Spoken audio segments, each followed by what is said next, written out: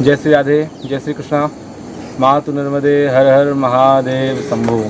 आज हम सभी लोग ये होशंगाबाद के निकट बुधनी में बांद्रावान घाट में माँ नर्मदा जी के तट पर बैठे हुए हैं और आज से विगत कुछ 4 वर्ष पूर्व रावतपुरा सरकार के साथ में नर्मदा जी की संपूर्ण परिक्रमा यात्रा करने का सौभाग्य प्राप्त हुआ था 15 दिनों का।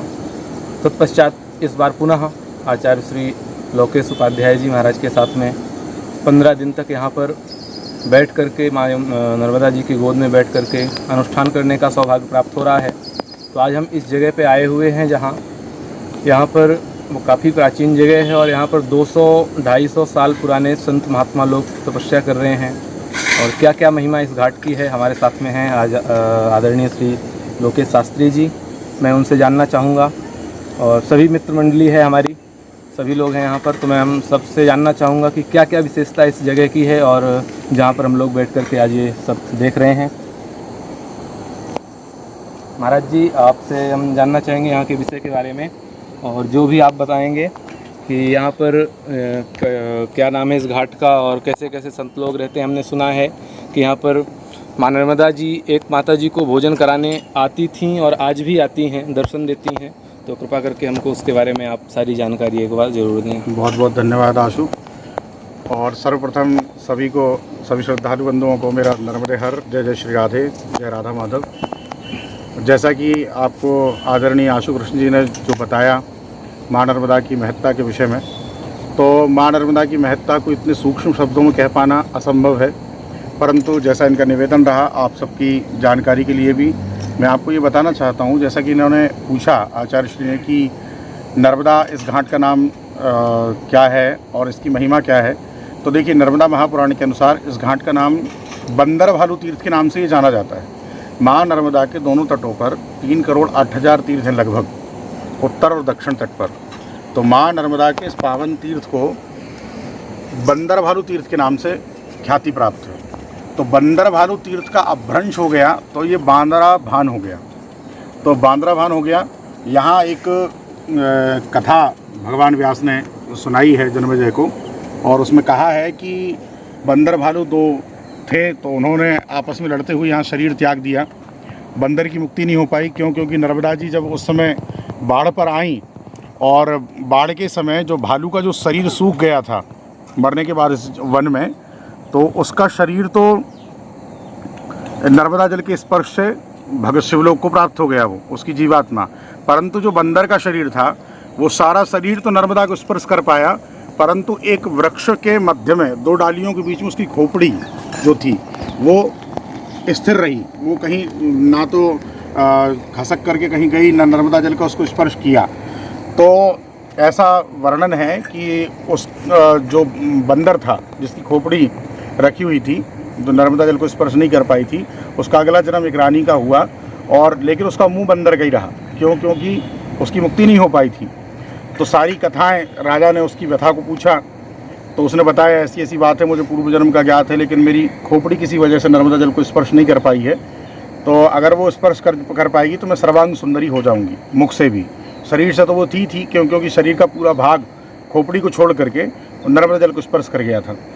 तो वो राजा उस रानी को लेके, जो बंदर रानी बन गया था, उसका पति उसको लेके यहाँ आया और उसकी खोपड़ी को निकाल के उस वृक्ष से और नर्मदा जल में जैसे ही स्पर्श कराया तो वो सर्वांग सुंदरी एक दिव्य रानी बन गई। तो ऐसी भगवती नर्मदा की बड़ी विशेष महत्ता है। और जैसा कि शास्त्र और पुराणों की आदेश अनुसार भगवान व्यास ने जो भी लिखा, वर्णन किया नर्मदा माँ के विषय में, तो पूरे ब्रह्मांड में मात्र एक ऐसी नदी है नर्मदा जिसकी परिक्रमा होती है।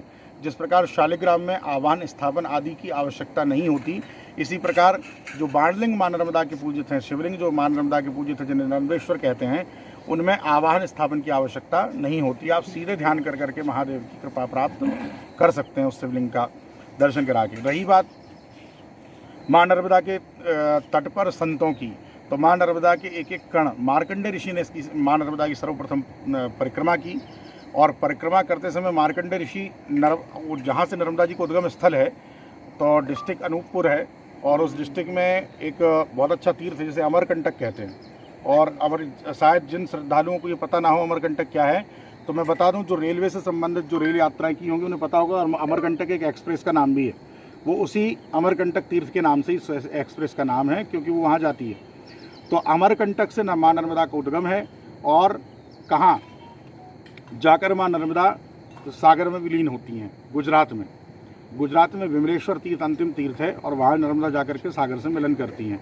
इन दोनों तटों को मिलाकर के माँ नर्मदा की 3200 किलोमीटर की यात्रा है। और अगर आप नर्मदा की यात्रा को ज्योतिर्लिंग सहित करना चाहेंगे, नागेश्वर, सोमनाथ आदि, तो नर्मदा माँ की यात्रा 4000 किलोमीटर की पड़ती है। तो इन पूरी यात्रा में मार्कंडेय ऋषि ने अमरकंट से यात्रा प्रारंभ की। तो अमरकंट से आते आते आते आते जहाँ पर भी मार्कंडेय ऋषि माँ नर्मदा के तट पर तपस्या करने के लिए कमंडल रखते थे, वहीं से एक आवाज़ आती थी कि हम पहले से बैठे हुए हैं, इसलिए आप आगे देखो अपनी आसन।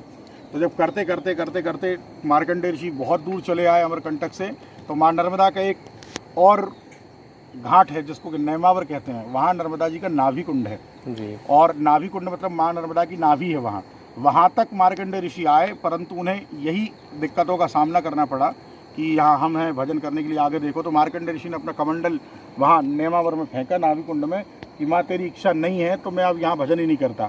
तब माँ नर्मदा प्रकट हुई और माँ नर्मदा की गोद में बैठकर मार्कंडेय ऋषि ने तपस्या की। तब से तो आप इसकी महत्ता समझ ही गए होंगे कि एक एक कण में माँ नर्मदा के दोनों तरफ बड़े बड़े ऋषि संत महात्मा आदि तप कर रहे हैं। दूसरी बात, ऐसा कोई भी सनातन परंपरा में किसी भी देवता, ऐसा कोई भी देवता नहीं है जिसने माँ नर्मदा की शरण ना ली हो और नर्मदा के तट पर आकर के भजन ना किया। एक सूक्ति है कि नर्मदा रेवा तीरे तपः कुर्यात्, नर्मदा के तट पर तप करने का विशेष महत्व है। तो ये जैसे ये घाट है जहाँ हम लोग आज सभी ब्राह्मणों के साथ उपस्थित हैं और कल्याणार्थ हम पंचलक्ष महामृत्युंजय 15 दिन का जो अनुष्ठान है सभी 13-14 ब्राह्मणों के साथ यहाँ चल रहा है, जिसमें आशु कृष्ण जी भी हैं, हम लोग भी हैं। तो यहाँ जो आप देख रहे हैं ऊपर ये घाट, ये जो बैरिकेड लगे हुए हैं, ये जो अंडरलाइन है, ये घाट बाईराम माता जी का है। यहाँ एक बाल योगी थी जो बाईराम माता जी के नाम से प्रसिद्ध हुई और 12 वर्ष की उम्र से जब यहाँ घना जंगल था तब से वो यहाँ तप करने आई और उन्होंने अपना पूरा जीवन यहीं दिया। और इसी घाट से बाईराम माता जी उतर करके इस घाट पर स्नान करती थी। यहाँ आम जनों को स्नान करना वर्जित है, यहाँ कोई भी स्नान नहीं कर सकता। ये बाईराम माता जी का एक रिजर्व घाट था, क्योंकि वो योगी थी तो संत महापुरुषों की लीला बड़ी, क्योंकि स्वयं ही तीर्थानि पुरंत संता। तो वो माता जी ब्रह्मलीन हुई और यहाँ समाधि ली। वर्तमान में पतई वाले महाराज जी के नाम से प्रसिद्ध एक संत यहाँ विराजमान हैं, जिनकी तप की महत्ता को पूरा नर्मदा खंड जानता है और बड़े बड़े संत महापुरुष यहाँ पर आते ही रहते हैं।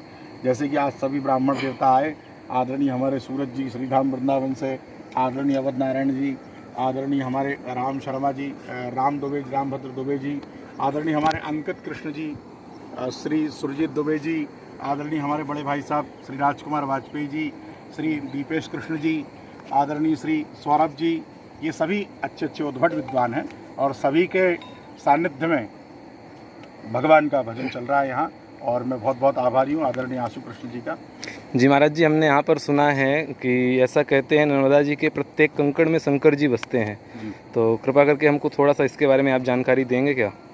हाँ, नर्मदा में शंकर जी का निवास है हर खंड में, ये मैंने आपको पहले ही बता चुका हूँ। दूसरी बात क्या है कि विशेषकर नर्मदा जी के बाणलिंग पूजित हैं, क्योंकि एक कथा आती है पुराण में कि बाणासुर जो था, जिसका आप सभी को ज्ञात होगा, जो धार्मिक परंपरा से संबंध रखते हैं, तो बाणासुर बहुत 1.25 करोड़ शिवलिंग बना करके और उनका पूजन नित्य प्रति करता था।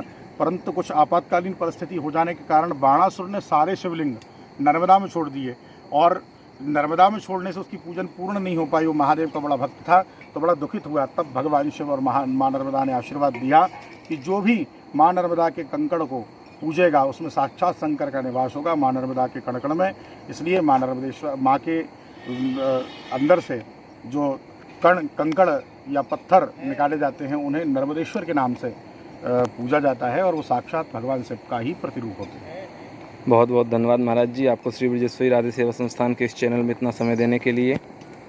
आपको भी आशु बहुत बहुत धन्यवाद। राधा रानी आप सबका कल्याण करें और माँ नर्मदा आप सबका मंगल करें। इसी के साथ हर हर नर्मदे।